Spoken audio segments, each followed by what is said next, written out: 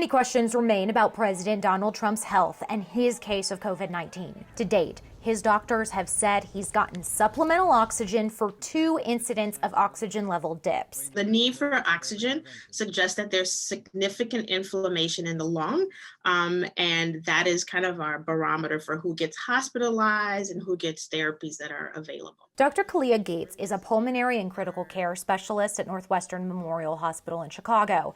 She says Trump's risk factors, like his age and weight, and oxygen drops are reason for hospitalization.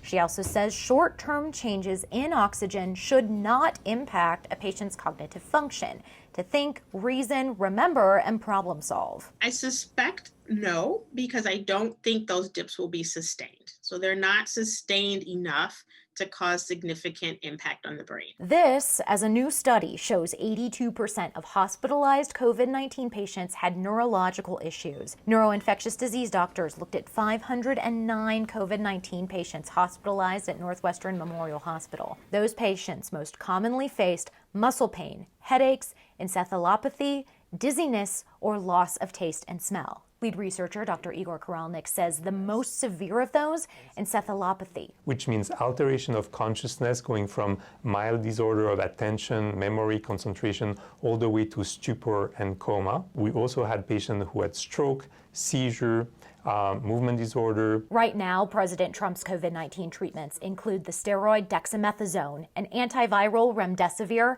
and polyclonal antibodies. The latter 2 serve as supercharged punches to the virus.